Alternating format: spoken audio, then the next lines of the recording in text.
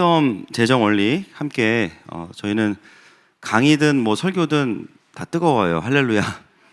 그래서 이게 장점이자 단점이에요.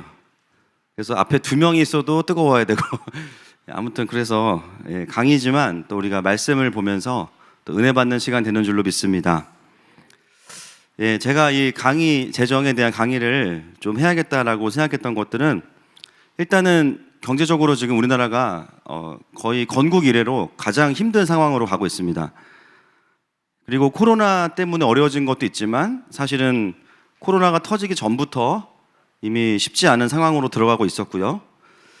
제가 최근에 확인해 보니까 그 이태원 상권의 경우는요, 매출이 80% 급감했습니다. 그리고 서울의 핵심 상권들은 기본적으로 지금 50% 정도가 이제 매출이 줄어서 심지어 얼마 전에 뉴스를 보니까 카페 사장님이 만두를 만들어서 배달을 하시더라고요. 근데도 월세를 내지 못해서 이제 다음 달이면 문을 닫는다. 그런 얘기를 또 들었습니다. 더 충격적인 건 뭐냐면요. 지금 우리나라가 1초에 한 번씩 빚이 305만 원씩 증가하고 있어요. 방금 305만 원 증가했습니다. 참 우픈 일이죠. 어떤 분들은 너무나 단순하게 생각하셔가지고요. 우리나라가 국가 부채가 선진국들에 비교하면 많은 편은 아니다 이렇게 말하는 분들이 지금 많이 계시거든요. 그건 너무나 단순한 비교입니다. 지금 우리나라가 침체되는 경제를 보면 가장 중요한 중산층이 거의 지금 몰락하고 있고 기간 산업들이 많이 무너졌어요. 여러분, 빚은 많을 수도 있고 적을 수도 있습니다. 이제 다음 주도 우리가 이제 적용을 볼 텐데, 뭐 저도 은행에 빚이 있어요. 그리고 할부도 많지는 않지만 조금 있습니다. 저는 뭐 능력이 없어서 할부를 한다기보다는 이제 신앙적인 이유인데 왠지 주님이 오실 것 같아. 그래서 자꾸 이렇게 장기 할부 이런 게 마음에 들어요. 막 10년 후에까지 낸다. 그러면 이제 주님이 한 7년쯤 오시면 이제 3년은 안 내도 되니까. 저는 이제 돈이 없어서가 아니라 이제 신앙적인 이유로 할부를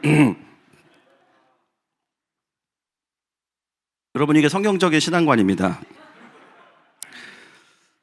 중요한 거는 이제 빚이 얼마냐가 중요한 게 아니에요. 갚을 수 있냐가 중요하죠. 때로는 빚이 투자가 되기도 하고, 그죠? 유흥비를 만약에 뭐 대출해서 썼다 이러면 이제 최악이죠. 사라지는 돈이니까. 그래서 사실은 최근에 3, 4년 사이에 우리나라의 부익부 빈익빈이 굉장히 양극화되고 있습니다. 수도권은요, 집값이 지금 거의 93% 증가했고요. 그리고 강원도까지도 지금 그 수도권 효과로 인해서 집값이 늘어나고 있습니다. 집을 사지 않고 있던 분들이 집을 사는 것이 불가능해진 상황이 된 거죠. 그리고 최근에 이제 아시겠지만 20대들은 비트코인 아주 목을 메고 있습니다. 이거는 그냥 지금 현재의 현실이죠.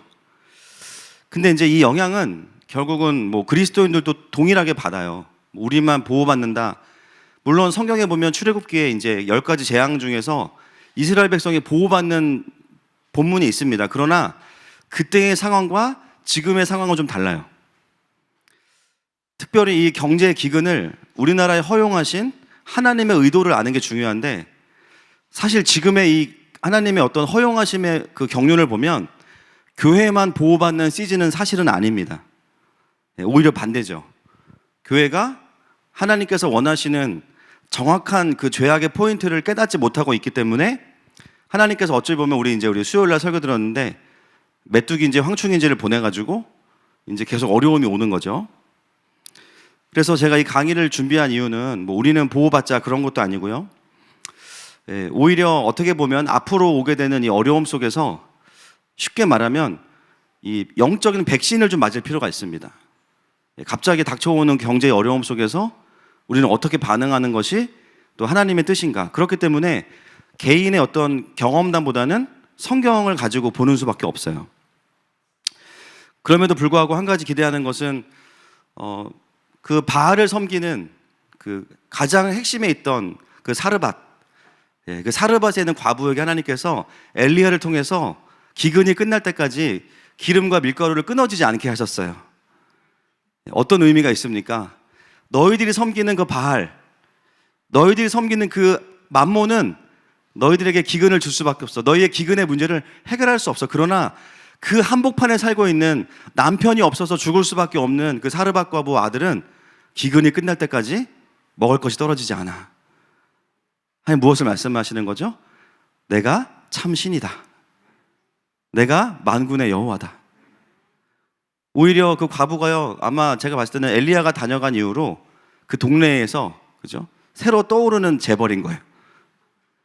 전부 다 그릇을 가지고 와서 나도 한 방울만 이러면서 이제 밀가루 꼬가고 또 이자 받고 이러면서 이제 과부가 재벌이 됐다는 이제 어떤 추측을 할 수 있습니다.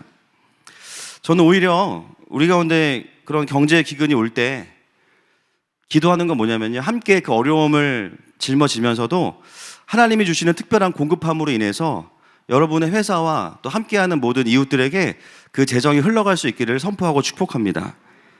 그래서 사람들이 말하는 거예요. 뭔가 다르다. 왜 당신의 삶에는 하나님의 공급하심이 있느냐? 그때 우리가 하나님의 이야기를 할 수 있어야겠죠.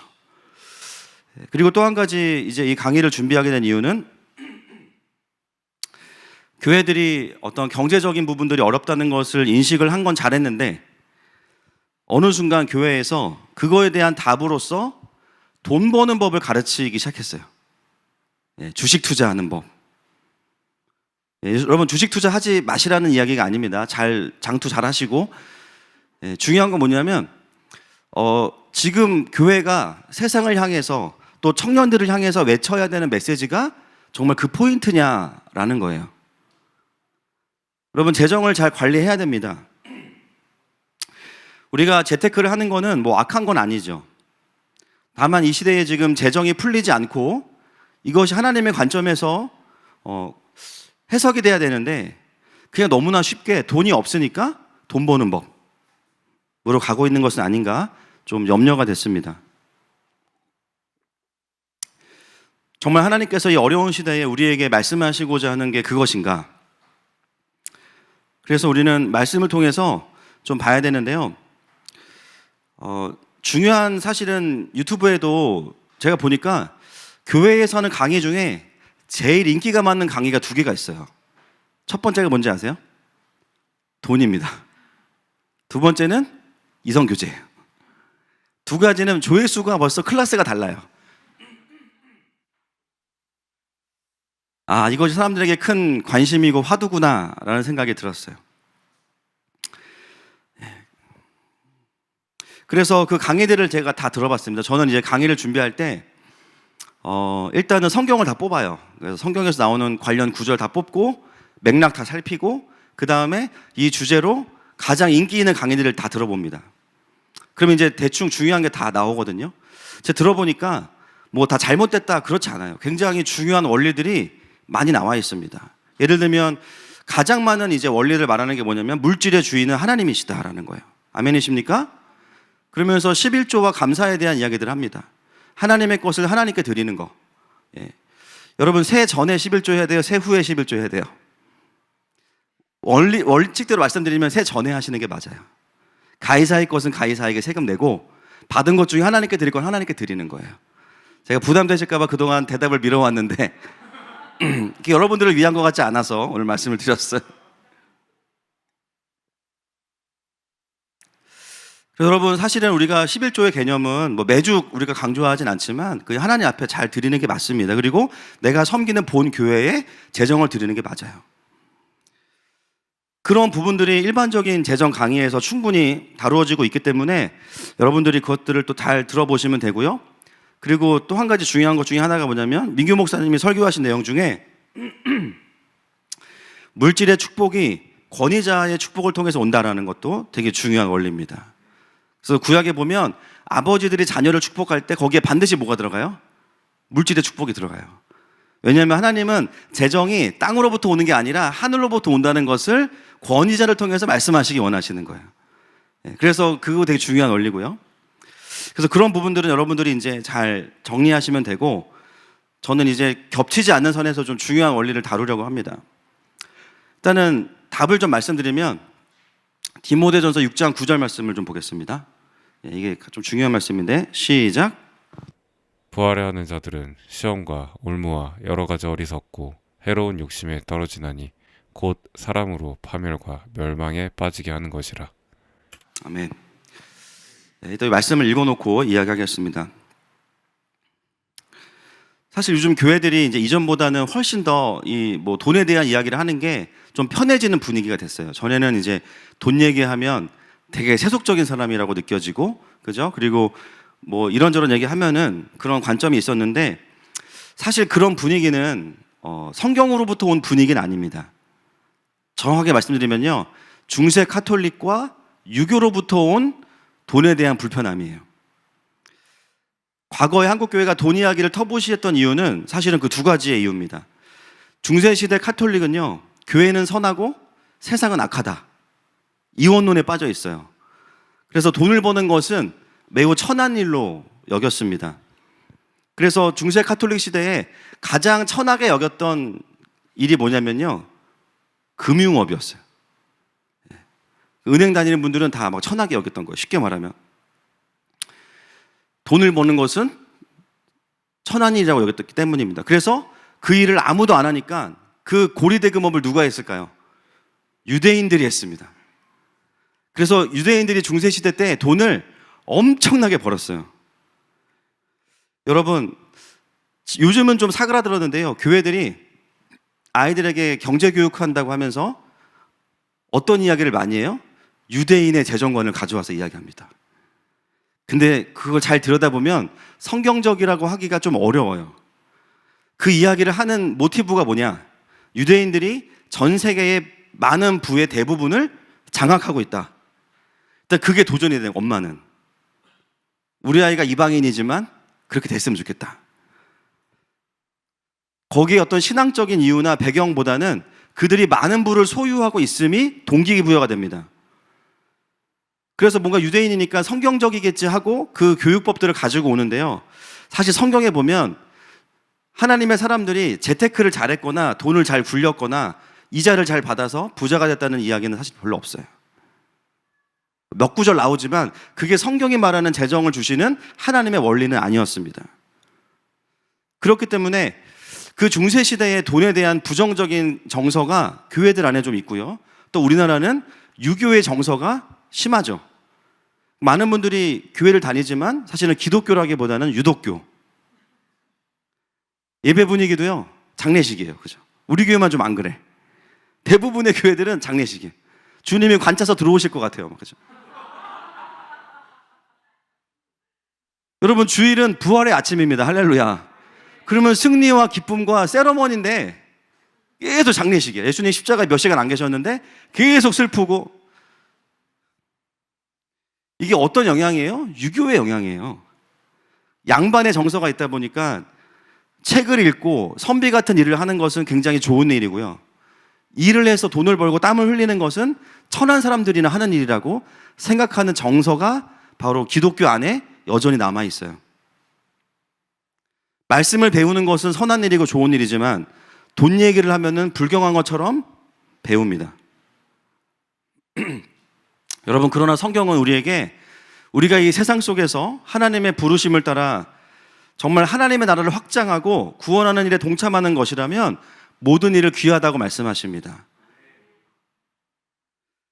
그래서 어떻게 보면 요즘 교회들이요, 그 유교와 중세 카톨릭의 영향에 눌려 있다가 갑자기 돈 얘기를 하는 게 약간 반작용처럼 지금 일어나고 있는 거예요. 잘 우리가 좀 시대를 분별할 필요가 있습니다. 그래서 그런 면에서 본다면 뭐 긍정적이라고 할 수도 있지만, 이제 이게 정말 성경적이냐라고 했을 때는 이제 한번 우리가 좀 객관적으로 생각해 봐야 되는 거죠. 좀 아까 우리가 읽었던 말씀 6장 9절 말씀에 부하려는 자들은 시험과 올무와 여러 가지 어리석고 해로운 욕심에 떨어지나니 곧 사람으로 파멸과 멸망에 빠지게 하는 것이라. 네, 여러분, 이 말씀은 어떤 맥락이냐면 에베소의 담임 목사였던 디모데에게 바울이 목회적 코칭을 하면서 어떤 상황에 대한 이야기냐면요, 6장은 거짓 교사들에 대한 경고입니다.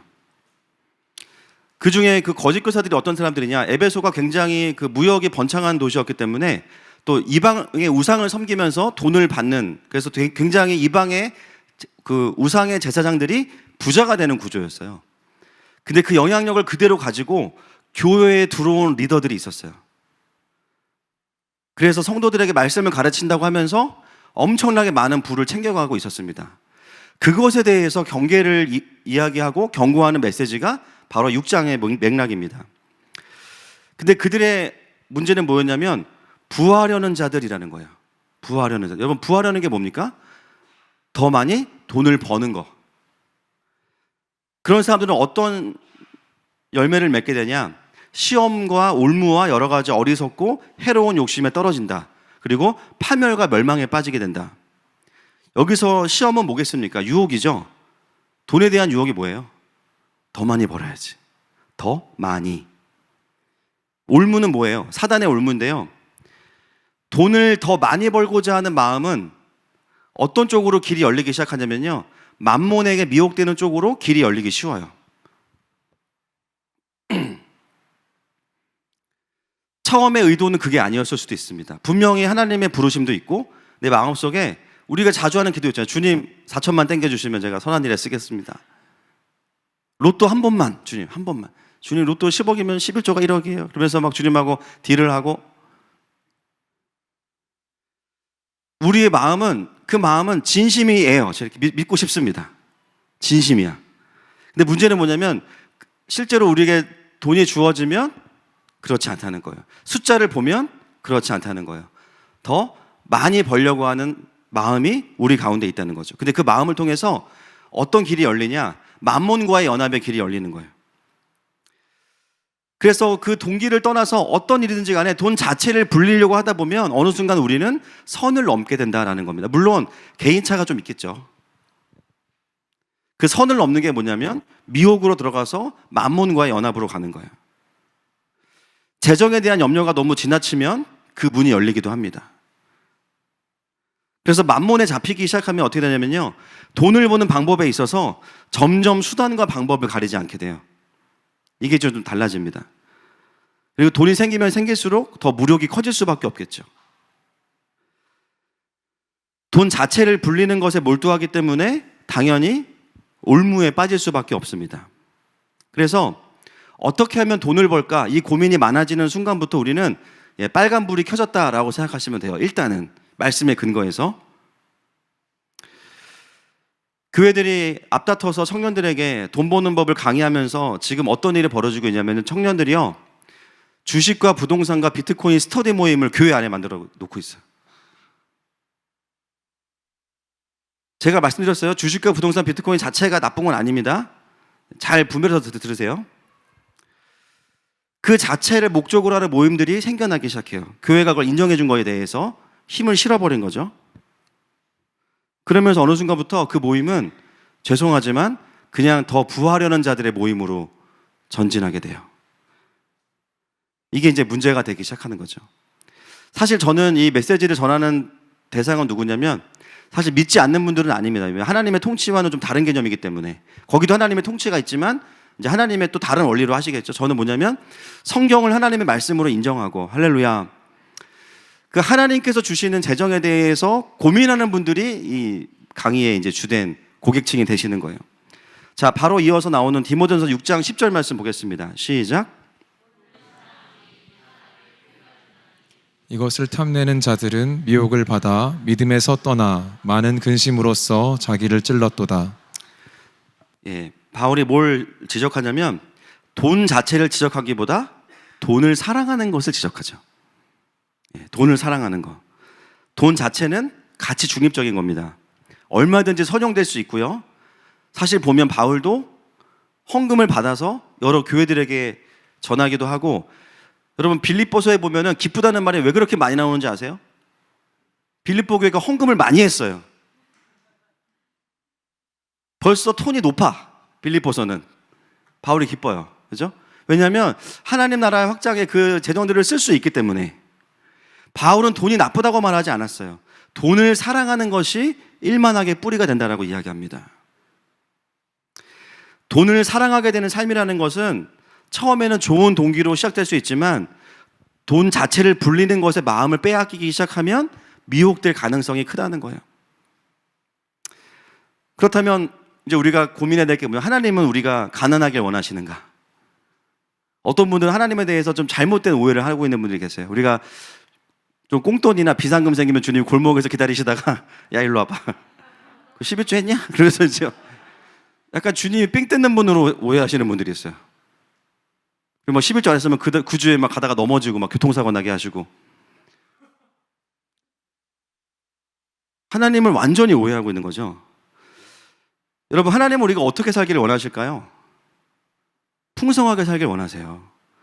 여기 부모 중에 나는 내 자식이 나보다 무조건 가난해야 돼, 그런 분 계세요? 지금 부모로서 열심히 일하시는 이유가 뭐예요? 내가 못 누려도 내 자식은 그 다음 위에서 살 수 있도록 기반을 마련해주고 있는 거잖아요. 그 마음이 어디로부터 온 마음이에요? 하나님이 주신 마음이에요. 하나님 아버지의 마음은 우리가 그 하나님의 풍성하심 안에서 잘 누리기 원하세요. 그래서 여러분, 사실 우리가 재정을 이야기하지만 잘 못 누리는 분들도 회개를 좀 하셔야 됩니다. 밥 먹으면서 내가 이거 먹어도 되나? 저기 에티오피아에 그럼 갖다 주세요. 북한에 넘어가세요. 그러면 북한에. 그것도 아니야. 근데 못 누려. 그렇죠? 그것도 약간 돌아봐야 돼요. 여러분, 하나님께서 처음 만드신 에덴을 보십시오. 하나님은 아담이 부족하게 살도록 두지 않으셨어요. 인류 최초의 사람이 최대의 재벌이었습니다. 에덴 동산을 맡아서 모든 동물들의 주인이고 언제든 먹을 것이 있었고, 이 에덴이 뭐 부자다 가난하다의 개념이 아니라 부족함이 없는 곳이라는 게 핵심이에요. 부족함이 없기 때문에 나의 삶을 어디에 쏟을 수 있냐면 하나님께서 맡기신 그 일에 집중하는데 쓸 수 있는 게 원래 하나님께서 디자인하셨던 재정의 구조입니다.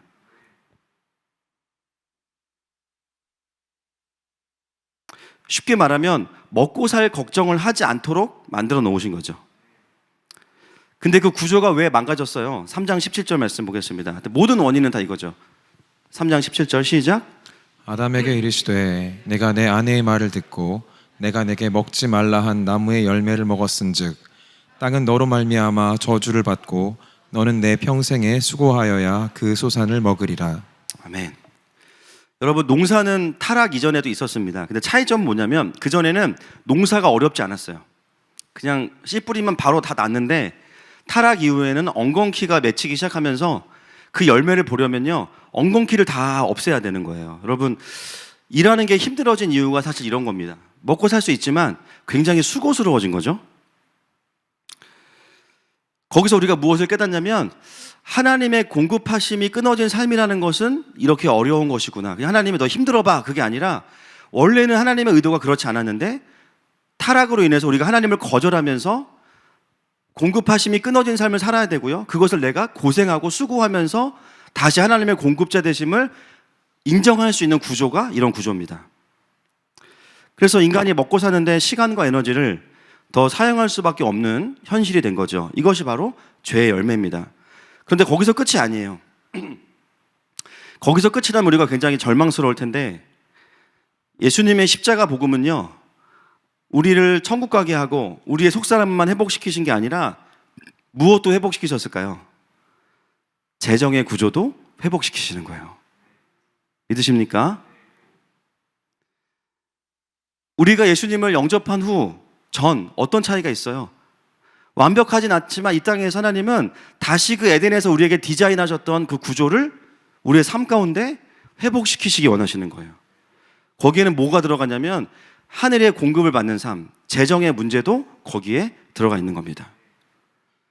그래서 구원받은 사람들은요 먹고 사는 것 자체, 물론 먹고 사는 거 되게 중요하고 일해야 됩니다. 그러나 거기에만 모든 것이 집중되는 것이 아니라 다시 하나님이 나에게 이 땅에서 맡기신 일이 무엇이냐, 이걸 찾기 시작해요. 주님을 건강하게 만난 사람들은 그래서 잠깐 허무주의가 옵니다. 왜냐하면 지금까지 내가 살았던 이유가 10억을 모으는 건데 이제 그게 의미가 없어진 거예요.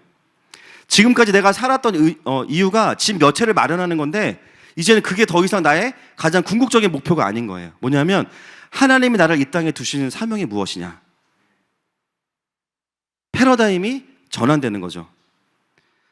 그러면서 하나님께서 마태복음에서 예수님께서 직접 말씀하시는 성경 전체를 관통하는 하나님의 공급하심에 대한 가장 큰 대전제가 우리가 오늘 읽었던 마태복음 6장 33절인 거예요. 다시 한번 읽어보겠습니다. 시작. 그런즉 너희는 먼저 그의 나라와 그의 의를 구하라. 그리하면 이 모든 것을 너희에게 더하시리라. 아멘. 여러분, 이게 에덴에서의 구조 아닙니까? 하나님과 동행하고 하나님께서 맡기신 일을 성실하게 행할 때 하나님께서 우리의 삶을 책임지시는 거. 우리가 구원받는다는 것은 천국에 가는 것만이 아니라 이 땅에서부터 이 하나님 나라의 구조와 공급을 누리는 거예요. 그렇다면 그리스도인에게 있어서 돈이라는 것은 뭐냐? 결코 그 자체로 독립적일 수 없는 겁니다. 반드시 뭐와 연결되어 있을까요? 부르심 또는 소명 또는 사명과 연결되어 있는 거예요. 많은 그리스도인들이 이 순서를 까먹기 때문에 자꾸 돈의 마음을 뺏기는 거예요. 그래서 우리는 돈이라고 쓰고 뭐라고 읽어야 되냐면요, 따라합시다. 소명이라고 읽어야 됩니다. 그게 성경적인 재정관이에요. 부르심이 먼저 반박자 가고 그 부르심을 따라가는 삶에 하나님께서 채워주시는 거. 많은 분들이 오해하시죠. 아니 목사님, 그러면 뭐 직장 다 내려놓고 신학교 가야 되고 선교사 되라는 말씀이세요? 이미 제가 이 부분은 충분히 정리를 해왔습니다. 하나님 나라의 부르심과 직업은 다양합니다. 그죠? 죄와 사망 권세로 인해서 망가진 이 세상 속에서 그분의 그 도덕적 통치가 임하게 하는 모든 일이라면 그것은 다 천직인 거예요. 할렐루야. 다 성직인 거예요. 그 중에서, 그 많은 직업 중에서 나에게 하나님이 감동을 주시고 그 영역에서 보여주시는 하나님 나라의 그림이 있다면 그게 남들이 보기에 천하든 귀하든 그건 사람들의 생각이에요. 그 일을 하는 나의 마음은 뭐냐면 하나님을 향하여서 죽게 하듯 하는 것입니다. 그러면 놀라운 것은 뭐냐면 일을 하는데 은혜가 있는 거예요. 방정식을 푸는데 은혜가 있는 거예요. 영어 단어를 외우는데 은혜가 있는 거예요. 왜냐하면 하나님으로부터 온 일이니까. 일 자체가 주는 보람도 있지만 이 전체가 하나님 나라의 관점에서 완전하게 해석이 달라지는 거죠. 그래서 우리가 쫓아가는 것은 돈이 아니라 하나님의 부르심을 쫓아가는데 그 삶에 하나님께서 크고 작은 공급하심으로 채워주신다는 거예요. 자, 6장 34절 말씀 보겠습니다. 그 다음 말씀 시작. 그러므로 내일 일을 위하여 염려하지 말라. 내일 일은 내일이 염려할 것이요 한날의 괴로움은 그날로 족하니라. 여러분, 우리에게 걱정하지 말라는 말씀을 하시면서 하나님은 무엇을 말씀하시냐면 어떤 분들이 34절을 잘못 이해해서 이렇게 욜로족의 어떤 신학적 근거로 쓰는 분이 있어요. 아, 내일 일은 몰라. 오늘 놀고 끝내. 진짜 잘못된 적용이죠. 그 말이 아닙니다. 오늘의 부르심에 충실한 사람들에게 하나님이 내일의 부르심도 주신다는 거고요. 그 하루하루의 조각에 모여서 다음 주에 보겠지만 나의 삶 전체를 이룬다는 거예요. 그래서 건강하지 않은 그리스도인들은요, 오늘이라는 게 존재 안 해요. 오늘은 뭐냐면 회피해야 되는 날이야. 출근도 하기 싫고 집에 들어가기도 싫고 일하기도 싫고 뭔가 건강하지 않은 겁니다. 건강한 그리스도인은요, 도피하는 신앙생활이 아니라 삶의 현실 속에서 돌파하는 사람들입니다. 때로는 직장에서 마음에 들지 않는 상사도 있고 내가 하고 싶지 않은 일일 수도 있고요. 어떤 일은 내 적성과 안 맞을 수도 있어요. 저는 사실 목회 빼고 다 자신 있습니다. 그래서 죽을 것 같아요. 시간만 주면 다 할 수 있어. 근데 목회는 그럴 수 없어. 제가 잘한다고 되는 것도 아니고요. 하나님 앞에서 이게 인정받아야 되는 문제라 그렇지 않아요, 사실은. 그럼에도 불구하고 우리가 나를 기준으로 보지 않고 그 현장에 있을 수 있는 이유는 뭐냐면 하나님께서 부르셨다는 소명의식이 있기 때문이에요. 그 하나님의 부르심 앞에 나를 들여가는 삶 속에 하나님께서 주시는 인센티브와 보너스가 있다는 거예요. 그러니까 내일을 뭐하러 염려하냐? 내일 염려하다가 오늘을 놓치지 말아라. 그게 하나님 말씀하시는 것이죠. 그래서 우리는 이 마태복음 6장 33절의 전제가 성경 전체에 적용이 되었는가를 확인할 필요가 있습니다. 그래서 뭐 세세하게 보였으면 너무 이제 시간이 많이 걸리고 성경에서 하나님과 동역했던 사람들을 좀 보겠습니다. 창세기 12장 1절 말씀. 시작. 여호와께서 아브라함에게 이르시되 너는 너의 고향과 친척과 아버지의 집을 떠나 내가 내게 보여줄 땅으로 가라. 하나님이 아브라함을 부르시는 장면인데요. 하나님이 뭘 요구하시냐면 너의 모든 기반을 내려놓고 떠나래요. 요즘 집값이 이렇게 올랐는데 떠나래요. 지금 내가 사놓은 비트코인이 얼마인데 떠나래요. 자신의 삶의 터전과 소유를 완전히 내려놓고 전혀 아무것도 소유하지 않는 지역으로 간다는 것은 정말 어려운 일입니다. 그런데 아브라함이 거기에 순종하죠. 한 장 뒤로 넘기면 13장 1절과 2절 말씀 보겠습니다. 시작. 아브라함이 애굽에서 그와 그의 아내와 모든 소유와 롯과 함께 네겝으로 올라가니 아브라함에게 가축과 은과 금이 풍부하였더라. 참 놀라운 게 뭐냐면 아브라함의 삶을 쭉 관찰하다 보면요, 하나님이 어떤 시간마다 아브라함에게 그냥 쉽게 말하면 재정을 그냥 팍팍 주세요. 자, 심지어 13장 5절과 6절 말씀 보겠습니다. 시작. 아브라함의 일행 롯도 양과 소와 장막이 있으므로 그 땅이 그들이 동거하기에 넉넉하지 못하였으니 이는 그들의 소유가 많아서 동거할 수 없었음이니라. 심지어 아브라함과 함께 다녔던 조카인 롯도 거부가 됐어요. 얼마나 부자가 되냐면 같이 거하는데요, 그들이 갖고 있는 양과 소를 감당하지 못할 정도로 부자가 됐어요. 뭐 중요한 건 아니지만 여기서 사실은 아주 살짝 볼 수 있는 아주 영적인 재테크가 있습니다. 뭐냐면 하나님의 사명을 따라가는 사람들하고 같이 다니셔야 됩니다. 아니, 롯이 지가 한 게 뭐가 있어요 지금? 아브라함 따라다니는 것 말고는 한 게 없어. 근데 같이 부자가 돼요. 진짜 신기한 거, 아브라함과 헤어지죠. 그죠? 소돔과 고모라, 너무 땅값도 막 좋아. 근데 폭망했어. 문서 자체가 사라진 거 아니에요? 집 문서가 아예 그냥. 참 신기합니다. 아브라함 자체가 중요하다는 게 아니라 부르심을 따라가는 사람들과 함께 가면 그 부르심을 함께 따라가는 거예요, 자기도 모르게. 근데 거기서 함께 누리는 하나님의 공급하심이 있다는 거예요. 가장 쉬운 재테크죠, 어떻게 보면. 따라가다가 얘 아닌 것 같으면 또 옮겨 타세요. 환승. 그죠?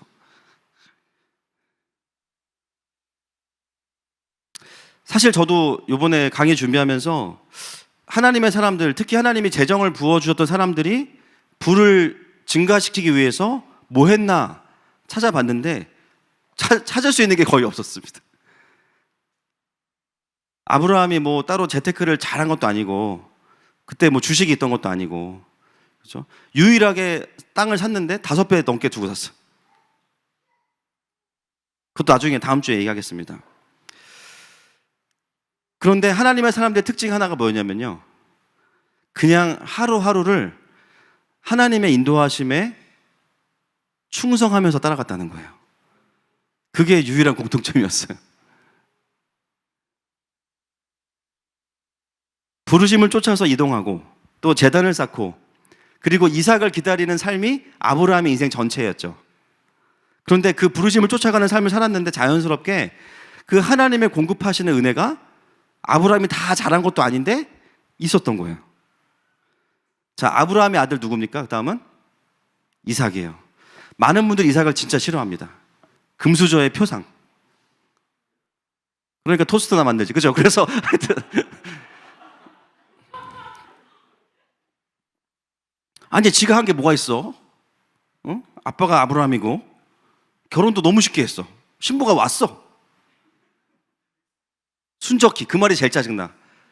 나는 소개팅 나갈 때마다 안 되는데 얘는 왜 순적해? 근데 여러분, 우리가 이삭에 대해서도 오해가 많아요, 사실은. 26장 12절과 13절 한번 넘어가 보겠습니다. 시작. 이삭이 그 땅에서 농사하여 그 해에 100배나 얻었고 여호와께서 복을 주심으로 그 사람이 창대하고 왕성하여 마침내 거부가 되어. 여러분, 성경에 거부라는 말이 나오는데 그게 누구한테 쓰여지냐면 이삭에게 쓰여집니다. 여러분, 이 장면은요, 우리가 방금 읽은 장면은 아브라함 때 들었던 그 엄청난 흉년이 또 이삭의 때에 들었어요. 이삭이 머리가 잘 돌아가니까 여기 있으면 굶어 죽겠다. 그래서 애굽으로 내려가려고 그럽니다. 그때 하나님 나타나셔가지고 여기 머물러라 이렇게 말씀하세요. 근데 이삭이 어떻게 해요? 순종하죠. 순종합니다. 그리고 그 땅에 머무르면서 농사를 지었는데 하나님이 그 농사에 축복하셔가지고요 100배의 결실을 주신 거예요. 이삭은 금수저도 물론 받은 게 있겠죠. 그런데 그것만 있는 게 아니에요. 여러분, 유산이 많다고 다 부자가 되나요? 제가 성경 다음으로 좋아하는 말, 부자가 몇 대를 못 간다? 아멘. 3대를 못 간다. 모든 부자가 다 그런 건 아니죠. 그 이유가 있어요. 그죠? 자기가 수고하지 않고 얻은 것에 대해서 지킬 힘이 없으면 자녀들이 그걸 못 지켜요. 근데 이삭은 그런 의미의 금수저가 아니었던 거예요. 이삭은 자기의 하나님이 있었고 그 하나님께서 그 흉년 때에 언약의 땅이니까 이 땅을 아버지처럼 지켜라 라고 했을 때 싫어요, 저는 내려갈래요 하지 않고 그 땅에서 버텼어요. 그리고 순종하고 농사 지었죠. 근데 하나님이 그 수고에 축복하셔서 100배의 결실을 맺게 하신 거예요. 공통점이 뭡니까? 그냥 하나님께 충성한다는 거예요. 하나님 앞에 순종하는 거예요. 자, 그 아들 야곱은 어떻습니까? 형 에서와의 시기 때문에 무일푼으로 라반의 집으로 도망갑니다. 그러다가 광야에서 잠을 자다가 거기서 베델의 제단을 쌓죠. 그때 서원하는 내용을 한번 보겠습니다. 28장 20절부터 22절 말씀 시작. 야곱이 서원하여 이르되 하나님이 나와 함께 계셔서 내가 가는 이 길에서 나를 지키시고 먹을 떡과 입을 옷을 주시어 내가 평안히 아버지 집으로 돌아가게 하시오면 여호와께서 나의 하나님이 되실 것이요 내가 기둥으로 세운 이 돌이 하나님의 집이 될 것이요 하나님께서 내게 주신 모든 것에서 10분의 1을 내가 반드시 하나님께 드리겠나이다 하였더라. 아멘.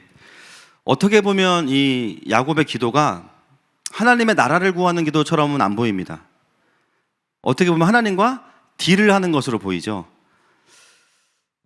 사실 우리가 알고 있듯이 야곱은 어떤 사람이냐면 기회주의자예요. 그죠? 경쟁을 좋아하고 손해보기 싫어하고 움켜쥐려고 하는 사람입니다. 근데 야곱의 언어에서 이 기도를 생각해 보세요. 마지막에 하나님이 나에게 주신 모든 것에서 10분의 1을 드리겠다는 이 고백은 사실 야곱의 언어로 본다면 사실은 주대심의 고백입니다. 우리의 기준에는 안 차지만. 그리고 이 서원 바로 앞에 하나님의 축복과 언약이 나와요. 어떻게 보면 야곱은 앞에 나왔던 이삭이나 아브라함보다는 조금 퀄리티가 떨어지죠. 존재도 좀 많이 떨어지고 어떻게 보면 좀 저렴하고 자아도 강하고 탐욕스럽고 그렇기 때문에 야곱의 인생은 훈련이 긴 거예요. 자기보다 더한 라반에게 당하기도 하고. 왜 그렇습니까? 야곱이 그런 존재인 거예요. 야곱은 굉장히 세게 훈련받습니다. 여러분, 하나님의 훈련은 헤븐밀더 1, 2, 3단계처럼 일률적이지 않아요. 헤븐밀더 1, 2, 3단계도 그냥 기본적인 훈련이지 그 외의 모든 훈련들은 여러분의 삶 속에서 하나님이 여러분들을 직접 다루고 계시는 거예요. 어떤 사람은 아브라함처럼, 어떤 사람은 이삭처럼, 어떤 사람은 야곱처럼.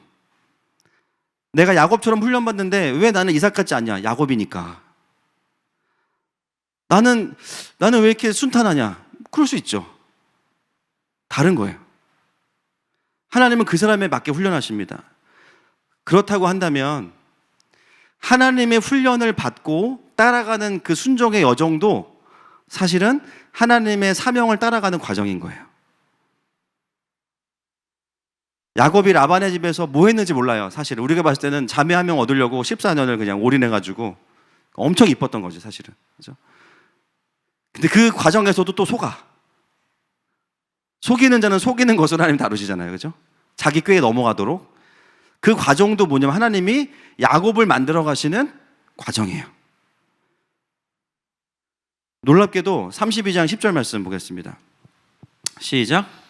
나는 주께서 주의 종에게 베푸신 모든 은총과 모든 진실하심을 조금도 감당할 수 없사오나 내가 내 지팡이만 가지고 이 요단을 건넜더니 지금은 두 때나 이루었나이다. 아멘.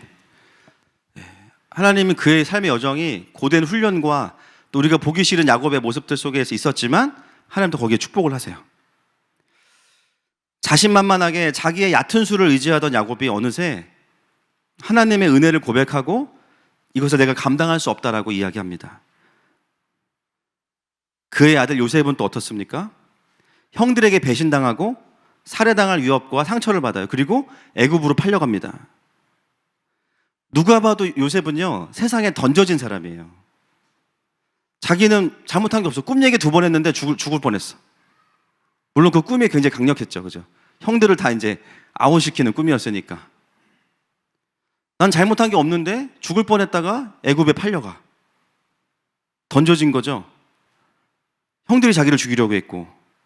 근데 놀라운 것은 뭐냐면 요셉의 기록 가운데 자주 등장하는 표현, 39장 2절과 3절 말씀 보겠습니다. 시작. 여호와께서 요셉과 함께 하심으로 그가 형통한 자가 되어 그의 주인 애굽 사람의 집에 있으니 그의 주인이 여호와께서 그와 함께 하심을 보며 또 여호와께서 그의 범사에 형통하게 하심을 보았더라. 아멘. 여호와께서 그의 범사에 형통하게 하심을 보았더라. 요셉의 형통함은 자기 안에 평강만 있는 게 아니었어요. 어디에 가든지 위치가 높아지고 재정의 축복이 있고 권한이 주어지는 축복이었어요. 어떻게 이것이 가능했습니까? 요셉은 자신의 애굽에서의 삶을 형들에게 상처받고 나는 버려졌고 나는 던져졌어 이렇게 해석하지 않았어요. 그럼에도 불구하고 성경에 나오진 않지만 요셉은 그 시즌을 어떻게 바꿨냐면 하나님께서 나를 여기에 보내셨어. 왜 보내셨지? 우리 같으면 형들 이름 써놓고 밤마다 화살 쏠 텐데 인형 만들고 막 때리고 막 그렇죠. 루벤 싫어하고 그랬을 텐데 어떻게 그랬을까요? 요셉은 그 상황 속에서도요 건강한 영적인 에너지의 전환을 할 수 있어요. 어떻게 알 수 있습니까? 45장 5절 말씀 시작. 당신들이 나를 이곳에 팔았다고 해서 근심하지 마소서, 한탄하지 마소서. 하나님이 생명을 구원하시려고 나를 당신들보다 먼저 보내셨나이다. 아멘.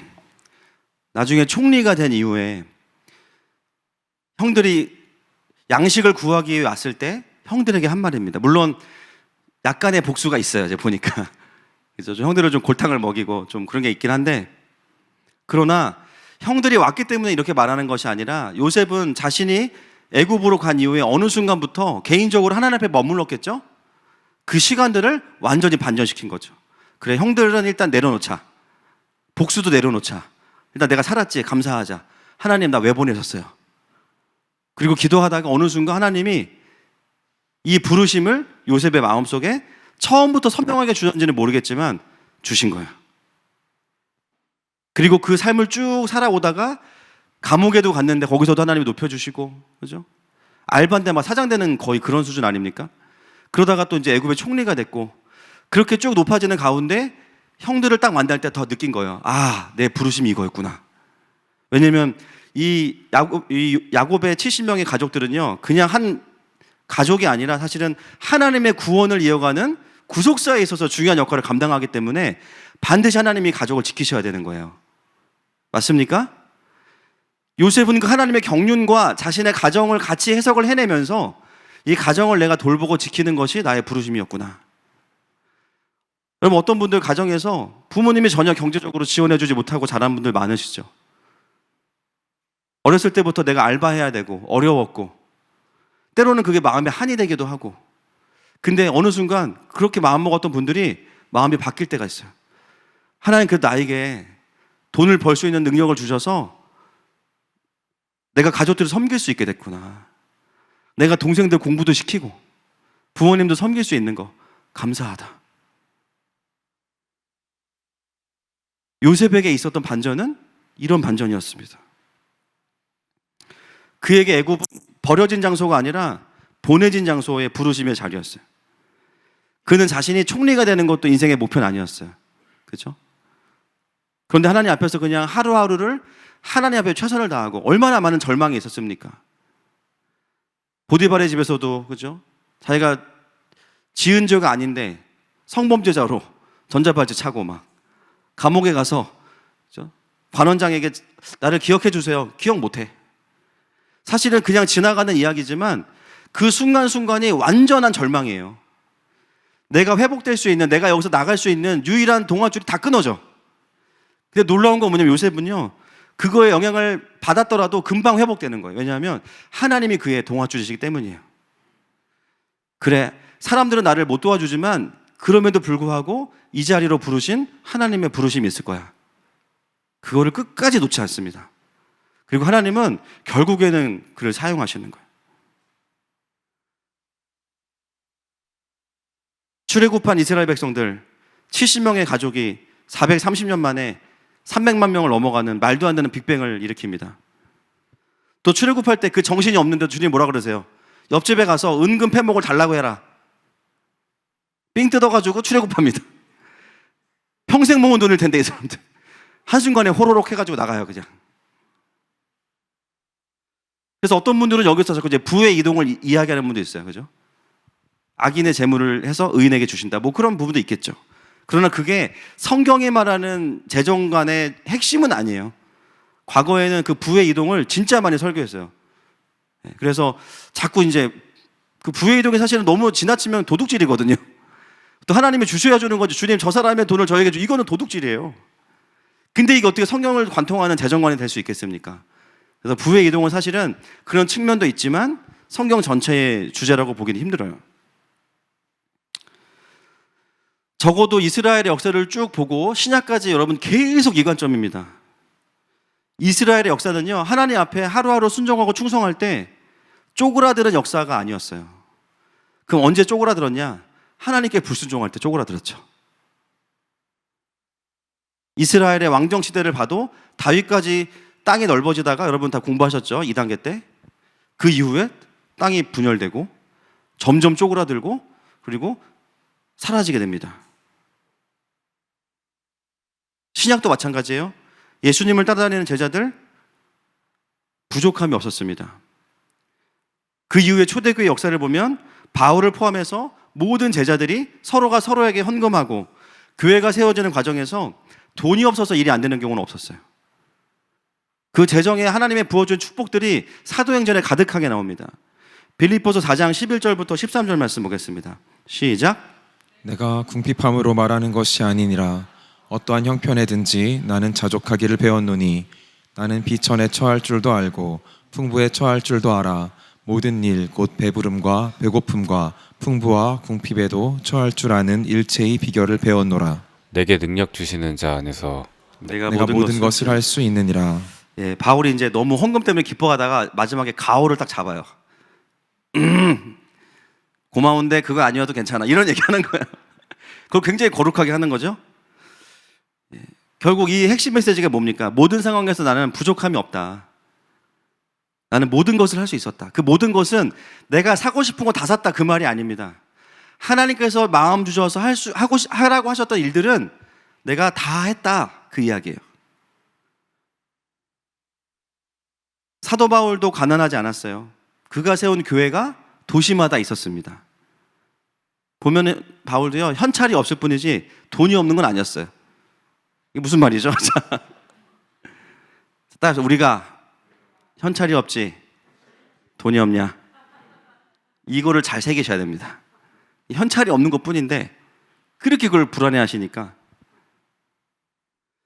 힘에 지나도록 헌금을 한 빌립보 교회를 향해서 고맙다고는 말만 하는 것이 아니라 우리에게 공급하시는 분은 하나님이시다. 우리의 사역은 그런 의미에서 부족함이 없다.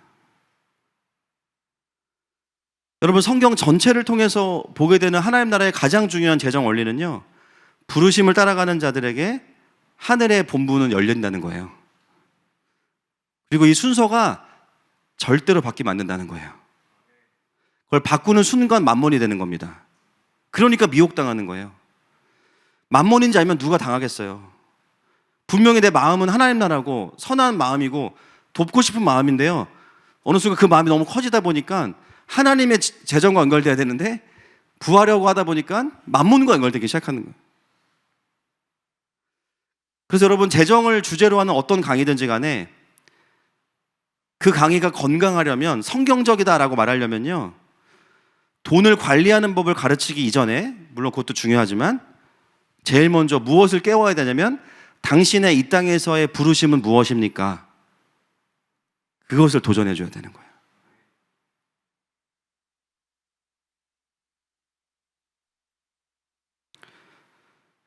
여러분 하나님은 우리의 아버지이십니다. 우리를 풍성케 하시는 분이에요.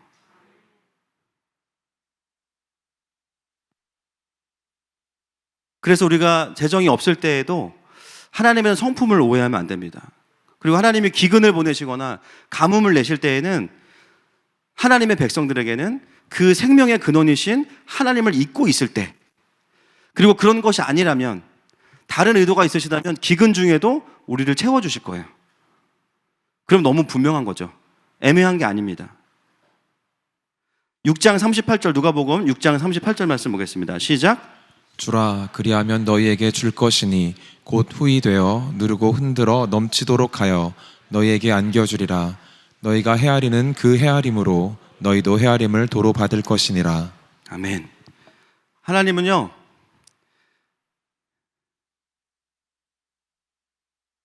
흔들어 넘치도록 채우시는 분이십니다.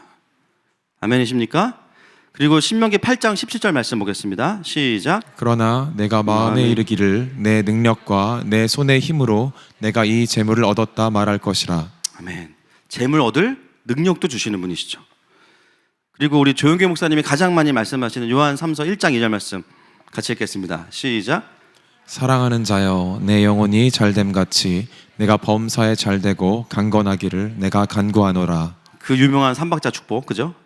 샤다는 물러갈 지어라 이렇게 말씀하시면서 건강이 안 좋으신데 하여튼 성경에 있잖아요, 그죠? 성경에 정말 많은 하나님의 축복이 있습니다. 이 하나님 나라의 재정 원리는 성경에만 존재하는 것이 아니라 사실은 그 이후의 역사 속에서도 똑같이 적용되어 왔어요. 아까도 얘기했지만 중세 시대에 그 카톨릭의 압제와 잘못된 거룩관으로 인해서 마치 성직만 거룩한 것처럼, 신부들만 거룩한 것처럼 인정하고 다른 일은 천한 것으로 여기던 그 잘못된 중세 시대에 종교개혁이 일어나면서요, 직업 소명론이 나오기 시작한 거예요. 직업 소명론. 특히 도시선교의 원조인 우리 칼빈 형님 말씀하셨죠. 예정설과 직업 소명론. 중세 시대의 카톨릭은 사실은 건강하지 않은 의미의 교회 중심적인 세계관이었습니다. 교회는 거룩하고 세상은 천한 거. 그러나 그걸 완전히 뒤집어 엎은 게 누구예요? 칼빈이에요. 마틴 루터. 성경은 그렇게 말하고 있지 않다라고 이야기하는 거예요. 우리는 구원받은 하나님의 백성으로서 우리의 삶을 이루어가는 구원의 방식은 하루하루 우리를 부르신 직업이나 삶의 부르심의 자리에서 하나님을 섬기고 이웃을 사랑하는 것이다. 이루어가는 구원에 대한 메시지들을 직업과 연결시켜서 이야기하는 거예요. 구원받은 백성들이 매일의 삶에서 하나님께서 주신 그 직업을 통해서 열심히 다른 사람들을 섬기고 다른 사람들을 이롭게 하고 무슨 일을 하든 누가 보지 않아도 죽게 하듯 하는 거. 그 종교개혁이 일어났던 유럽에서 그래서 엄청나게 많은 장인들이 나올 수 있었던 이유가 뭐냐면요, 기술력이 뛰어나서가 아닙니다. 그들이 하나님을 경외하는 정서가 있기 때문이에요. 시계를 만들어도 고장이 안 나요. 장사가 안 되겠죠, 물론. 우리같이 이렇게 딱딱 고장나게 만들어야지. 음식을 만들어도 좋은 재료를 넣는 거예요. 몸에 해가 되지 않는 재료들. 여러분, 세계적인 코리안 레스토랑에 가보시면 그런 글귀가 있습니다. 음식으로 못 고치는 병은 의사도 약사도 못 고친다. 진지방 순댓국에 가시면 그 써 있습니다.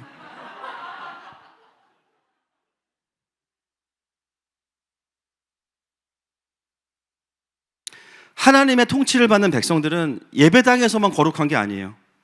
자신에게 맡겨진 삶의 현장에 대한 부르심도 예배로의 부르심과 같은 겁니다. 그 영광과 이 영광이 모습은 다르지만 같은 거예요. 엄마로서 아이들에게 최선을 다해서 좋은 밥을 해주는 거. 그래도 애들이 맛없다 그러면 어쩔 수 없어. 나는 최선을 다했으니까. 또 배달의 민족도 있고. 아이들을 최선을 다해서 양육하는 일은 진짜 거룩한 일이에요. 자녀를 출산하는 일은 진짜 거룩한 일이에요. 아빠들이 하루 종일 엑셀 작업하는 거 진짜 거룩한 일입니다.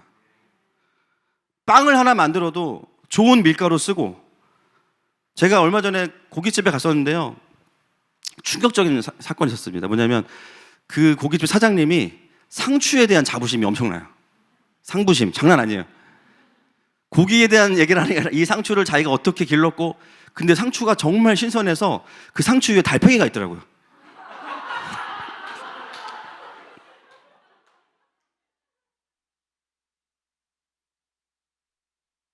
진짜 충격이었습니다. 야, 이거 진짜 밭에서 방금 따왔구나. 그래서 그 다음부터는 못 먹었어요. 다른 너무 신선하니까 못 먹겠어. 그 속에 뭐가 있는지 모르겠어가지고 그 다음부터는 못 먹었습니다. 우리의 하나님을 향한 헌신은 물론 교회를 섬기는 거 여러분 당연하죠. 저희 성도들은 잘하세요. 근데 동일한 부르심이 뭐냐? 삶의 현장에서의 헌신이에요. 그것이 가능한 이유는 뭐냐면 하나님이 부르셨다라는 확신이 있기 때문이에요. 그리고 그 일을 통해서 이웃을 사랑할 수 있다는 거, 섬길 수 있다는 거예요. 여러분, 그런 마음으로 우리가 장사를 하고 사람들을 대하고 일을 하면 어떻게 되겠습니까? 내가 종업원이든 사장이든 그 회사는 잘 될 수밖에 없어요. 좋은 재료를 쓰고 정직하고 바로 백종원 씨가 찾아옵니다. 유명해지는 거예요. 놀라운 건 뭐냐면 우리를 삶의 현장으로 부르신 하나님의 그 소명 앞에 우리의 삶을 성실하게 드리기 시작하면요, 그 대가로 하나님이 그 축복으로 뭘 주시냐면요, 부를 주시는 거예요. 조금 비싼데 사람들이 우리 집 빵집에 와서 빵을 사는 거예요. 다르니까. 여러분 가깝다고 가서 사서 드십니까 요즘에? 안 그렇잖아요. 2시간 걸려가지고 국수 한 그릇 먹으러 가시는 분들이잖아요. 그죠? 왜 그렇습니까? 그런 거예요 원래. 그렇게 하나님이 주시는 재정의 축복을 가지고 다시 어떻게 해요? 더 좋은 제품을 만들고 사람들을 더 고용하고 가성비 있는 제품들을 만들어서 더 많은 사람들을 섬기는 거죠. 그렇게 10년, 20년을 성실함 속에서 투자하고 섬기는 삶을 살면 갑자기 큰 돈 버는 게 아니라 어느 순간 돌아보면요, 말할 수 없는 축복이 내 삶 가운데 쌓여 있는 거죠. 내 집 마련도 되고 공장도 하나 생기고 자녀들도 키우게 되고, 이것이 소명을 따라가는 자의 삶에 주시는 하나님의 순리적인 축복입니다. 물론 상위 0.01%, 하위 0.01% 예외가 있어요. 그렇지만 여기도 그런 분들이 한두 분 다른 예외의 분이 계실 수도 있지만 그분들은 제가 따로 말씀드릴게요. 저는 제너럴한 성경에 말하는 메인 테마를 가지고 말씀을 드리는 겁니다. 전도서 5장 19절 말씀 보겠습니다. 시작.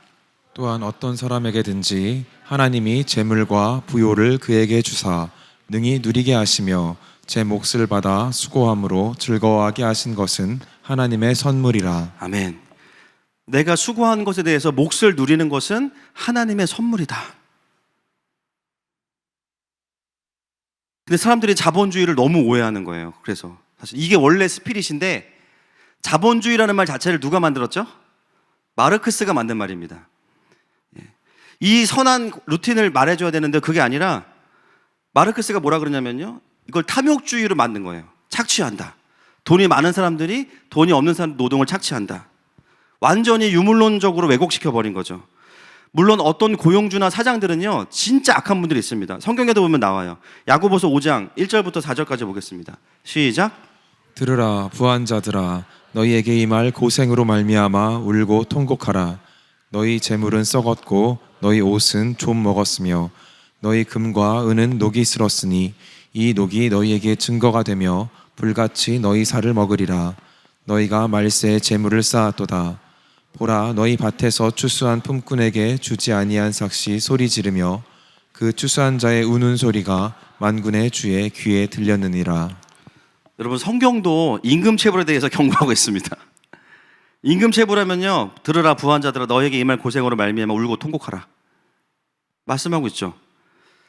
여러분 근데 그 문제는 부자여서가 문제가 아닌 거예요. 그게 문제가 아니에요. 죄인이기 때문인 거예요. 그죠? 탐욕에 다루어지 않은 사람들이 돈을 가지고 있기 때문에 이런 일이 벌어지는 거예요. 그래서 돈을 다 뺏어가지고 재분배하면 그런 일이 사라지나요? 놀라운 것은 돈을 다 빼앗은 그 사람이 그 돈 때문에 또 망합니다. 폭탄 돌려막기예요. 결국은 혁명을 일으킨들 아무 소용이 없다는 게 이미 역사 속에서 다 증명됐죠. 그것이 인간의 역사였어요. 그리고 지금도 일어나고 있는 일입니다. 돈을 가진 자가 문제가 아니라 죄인이 돈을 가졌기 때문에 문제인 겁니다. 그래서 무조건 돈이 많으면 나쁜 사람, 돈이 없으면 착한 사람, 이거는 성경적인 가치관이 아닙니다. 오히려 성경적인 것은 뭐냐면요, 부자들이 말씀 듣고 회개해야 되는 거예요. 하나님이 재정을 주신 분들이 재정을 투자하지 않고 고용하지 않고 사람들에게 정당하게 주지 않는 것에 대해서 스스로가 하나님 앞에서 돌이키게 만드는 게 진짜 좋은 겁니다. 그래서 저는 사회에 교회가 꼭 필요하다고 생각해요. 이거는 누구도 해줄 수 있는 게 아닙니다. 강제로 되는 것도 아니에요. 그 사람의 전 인격이 바뀌어야 되는데요. 복음이 아니고서는 죄의 문제를 해결할 수가 없어요. 가난 또한 가난 자체가 선한 것이 아니죠. 내가 게을러서 가난해진 거면요, 하나님한테 한 대 맞고 열심히 일해야 됩니다. 그럼에도 불구하고 어떤 사람도 나는 가난하니까 무조건 도움 받아야 돼. 잘 모르겠어요.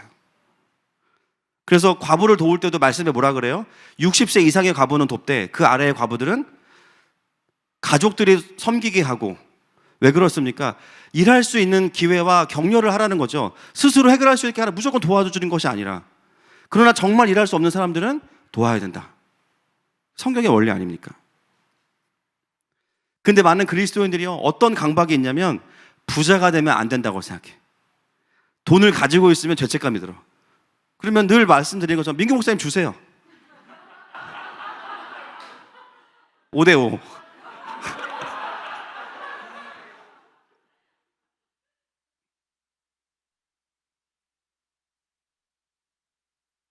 여러분, 우리가 하나님 앞에서 건강하게 하루하루를 살아가면 그냥 나도 모르게 하나님의 공급하심과 축복이 쌓이는 게 성경적인 원리예요.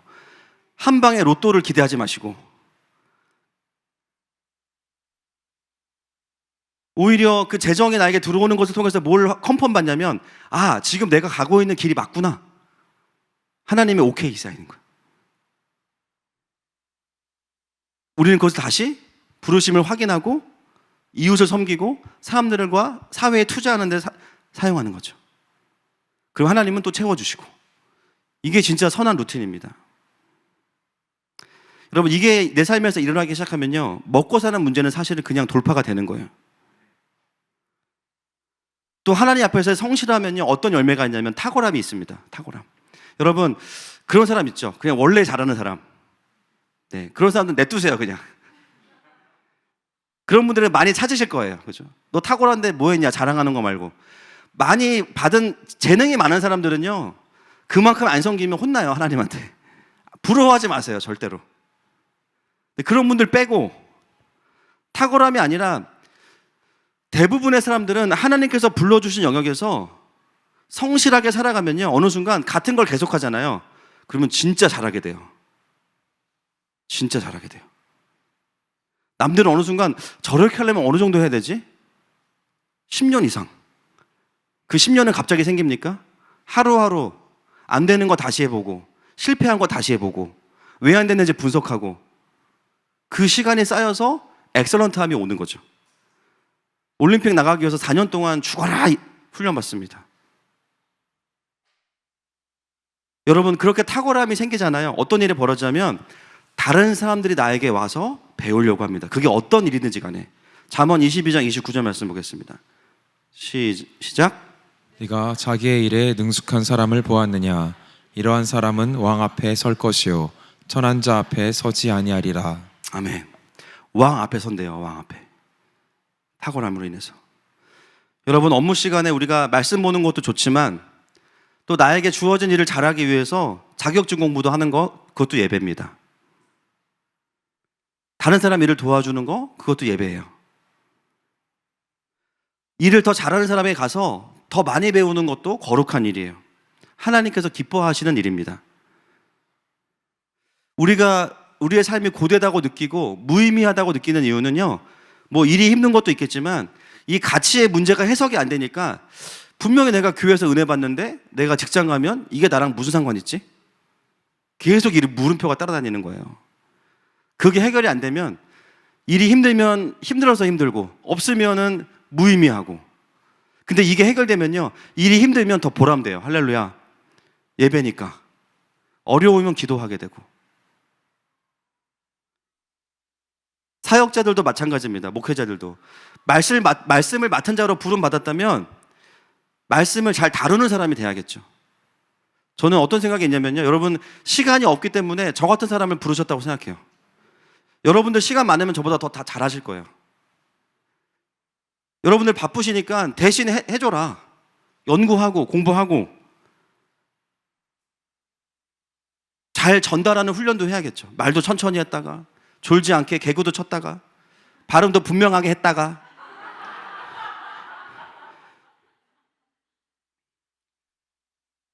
제가 전도사 때 설교랑 지금 설교랑 똑같으면 안 되는 거잖아요. 그렇죠? 큰일 나는 거예요. 가끔 저도 설교 준비하다가 진짜 욕은 아니지만 못해 먹겠다 이럴 때가 있어요. 10시간 연구했는데 한 글자도 못 얻어. 최악이에요 진짜. 밤 샜는데 막 다시 원고 뒤집어 엎을 때 막 미쳐버립니다. 근데 그때 제가 어떤 생각을 하냐면, 야, 우리 성도들은 직장에서 물건 하나 더 팔려고 그렇게 애를 쓰는데, 그죠? 또 현장을 살아가는 우리 성도들이 믿지 않는 사람들이랑 얼마나 신경전을 벌이면서 살아요. 그런 생각을 하면, 물론 하나님께서 부르셔서 일을 하는 거지만 다시 좀 준비할 힘이 생겨요.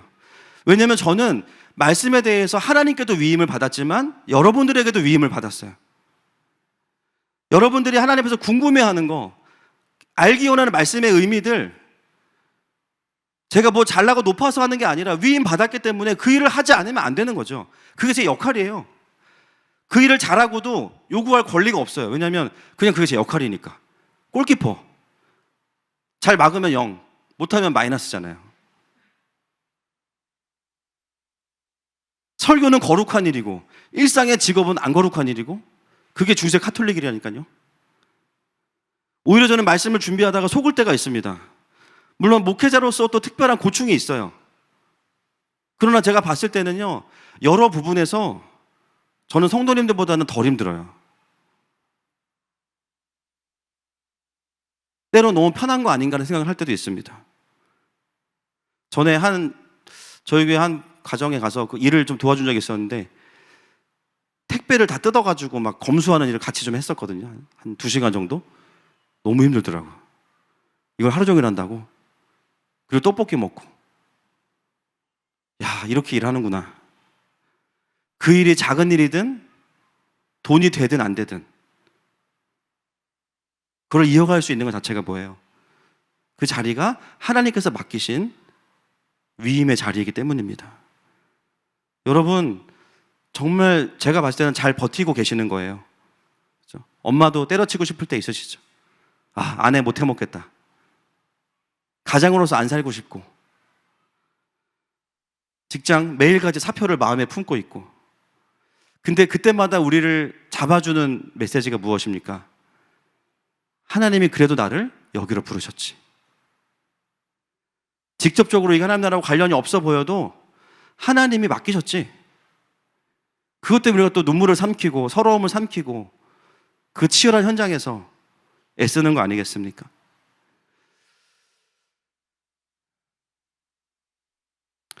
여러분, 재정의 문제는요, 사명의 문제예요. 이 시대에 돈이 없어서 힘들어하는 세대들이 많이 있습니다. 그러나 그렇기 때문에 돈 버는 법을 가르치지 말고 진짜 우리 다음 세대와 청년들에게 돈을 벌게 하려면 교회는 지금 무엇을 외쳐야 될까요? 너의 부르심이 뭔지를 찾아라. 그리고 고생 좀 해라. 이렇게 얘기해야 돼요. 20대 때 고생 안 하면 어떻게 할 거예요? 20대 때 성실하지 않으면 어떻게 탁월해질 거예요? 지금 이 세계관이요, 정말 20, 30대를요 완전히 무능하게 만드는 세계관이 지금 나라 전체를 뒤덮고 있습니다. 제가 왜 그런지 다음 주에 설명해 드릴게요. 이 구조 안에서는요 절대로 탁월한 사람이 나올 수 없는 구조를 지금 세팅해 가고 있어요. 성도들의 삶에 재정이 열리지 않을수록 교회는 무엇을 이야기해야 되냐면, 재정의 주인 되심을 잘 인정하고 있는지를 확인시켜주고, 하나님 앞에 11조와 감사와 어떻게 드리고 있는지, 두 번째는 뭐냐면 이 성도의 삶이 하나님의 부르심을 잘 따라가고 있느냐, 그걸 봐줘야 돼요. 당장 돈이 오지 않는다 하더라도. 그리고 그 부르심의 자리를 잘 사수할 수 있도록 영적으로 격려하는 일이 지금 이 시대가 재정에 대해서 하나님 앞에서 외쳐야 되는 메시지가 돼야 됩니다. 그래야 진짜 성도들이 축복을 받는 거예요. 진짜 하나님의 특별한 공급하심이 있는 거예요. 때로는 회사가 못 주면 다른 데서 재정을 주세요. 때로는 교회가 나를 못 챙겨주면 다른 데서 주시는 거예요. 뭐 교회가 주나 친구가 주나 어차피 하나님이 주시는 거잖아요. 할렐루야.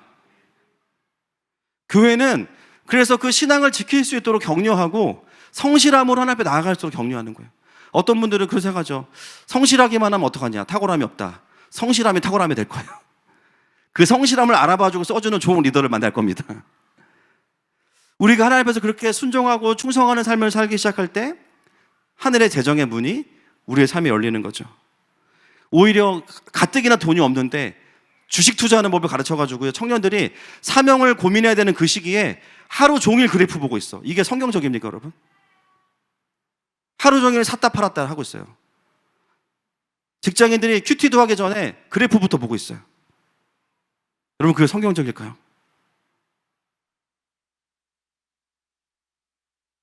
하나님의 통치를 받는 백성들은 하나님 나라의 원리로 재정을 대해야만 하나님의 공급하심을 누릴 수 있는 것이죠. 저는 점점 더 확신이 듭니다. 왜냐하면요, 같이 신앙생활 하시는 여러분들의 삶을 보면서도 이 원리는 그대로 확증이 돼요. 장로님들이나 리더들을 보면 그냥 하나님 앞에서 묵묵히 그냥 부르심을 따라가요. 함께 1년, 2년 시간들을 보내면서 함께 삶을 돌아보면 하나님께서 우리 성도들 삶을 정말 축복하셨어. 교회만 그렇습니까? 성도들 삶도 축복을 받아요. 성도들이 축복받으니까 교회도 축복을 받죠. 여러분, 코로나 시대에 재정이 늘어나는 교회 몇 교회나 있을까요? 다음 주 9월에 우리가 보고하겠지만 말도 안 됩니다, 진짜. 이 어려운 시기에 우리는 교회를 하나 또 세워주고 선교지에 재정을 보내고 그러면서 우리 방음 공사도 하고 여자 화장실 리모델링도 하고 할부로 한 거 아니에요, 이거는. 일시불. 정말 축복이에요. 그게 뭐 누가 애쓴다고 되는 겁니까? 하나님 주시는 거죠. 혹시나 또 강의를 듣는 분들 중에 나는 언제 저런 재정의 축복을 회복하나, 어쩌면 그런 마음들이 또 박탈감으로 느껴지시는 분들도 계실 거예요. 그렇죠? 나는 지금도 요번 달 카드값 어떻게 해야 되나 고민하고 계시고. 여러분, 하나님께서 왜 여러분의 삶을 모르시겠습니까?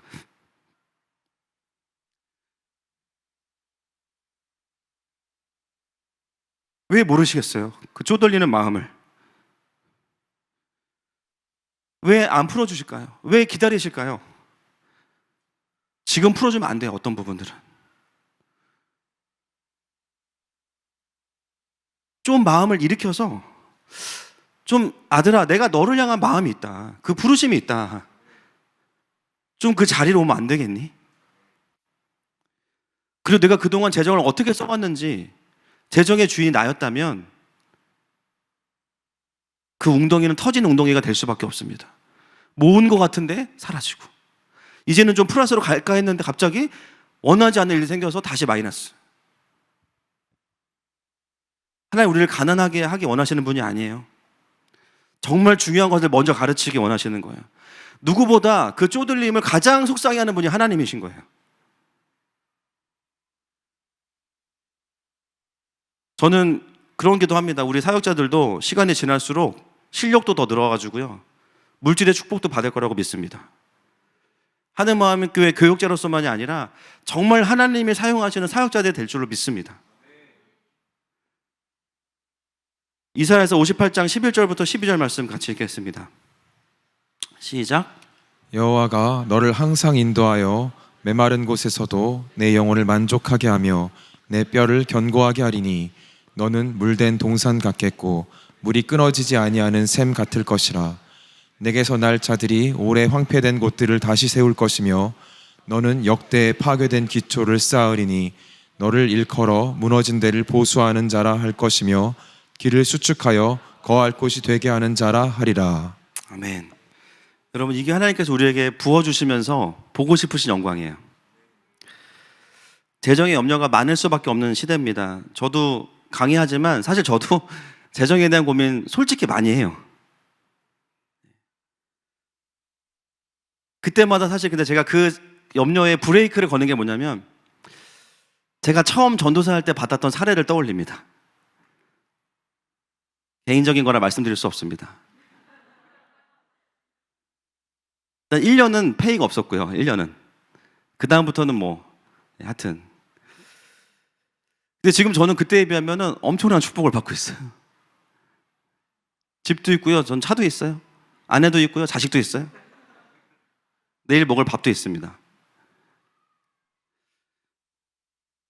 제가 항상 저에게 던지는 질문이 뭐냐면 돈이 없을 때, 야, 내가 어떻게 살아왔지? 여전히 빚도 있죠. 이자도 내고. 근데 돌아보면 이게 말이 안 돼요. 파트 사역하면서 그때 저희 은율이가 속이 안 좋아가지고 분유를 제일 비싼 걸 먹어요. 하나에 10만 원짜리 넘는 거를. 분유 3통 사면은 살에 다 쓰는 건데 거의. 분유가 끊어져 본 적이 없어. 그때 어떻게 살았지? 저 훔치진 않았습니다. 어떻게 살았지? 심지어 얼마 전에 은행 갈 일이 있는데요. 저보러 집값이 많이 올랐네요. 그러시더라고요. 은행원이. 뭐 느끼지 못하지만 내 삶에 그렇게 물질의 축복이 있나? 생각해보면요. 아직 뭐 그렇게 수입도 많이 늘지 않았는데 앞으로도 뭐 그렇게 부자 될 것 같진 않아. 근데 항상 어떤 생각이냐면 어떻게 살아왔지? 살고 있어. 모든 것이 은혜. 하나님이 할 고민을 우리가 하면요 힘들어집니다. 안 그래도 주님 골치 아픈데 자꾸 하나님의 계획을 물어보고 그러지 마세요. 얼마나 많은 사람들을 분배를 해야 되는데 자꾸 하나님 얼마 줄 거예요? 골치 아파요. 그러면 중요한 건 뭐냐면 하나님은 공급하시는 분이시고 신실하신 분이시라는 거예요. 다음 주에는요 우리의 재정이 막히는 이유, 하나님 이렇게 주시기 원하시는데 그럼 왜 없지? 그 진짜 이유를 다음 주에 말씀드리겠습니다. 이 시간에 함께 앞에 나가겠습니다. 제가 일부러 강의지만 포인트를 하나만 잡았습니다. 왜냐면은 제일 중요한 거를 잡으면 되니까요. 우리는 돈이라고 쓰고 사명이라고 읽어야 됩니다. 그리고 사명을 쫓아가면 그 뒤에 바로 있어요. 물론 사회적인 구조도 문제일 수 있고요. 뭐 누가 착취해서 우리가 뺏긴 것도 있을 수 있어요. 그러나 진짜 중요한 고백은 뭐냐면 하나님은 다 보고 계세요. 비록 요셉이 애굽에 던져졌지만 그를 통해서 그를 죽이려고 하고 없애려고 했던 형들이 먹고 살게 됩니다. 우리 하나님은 그런 분이십니다.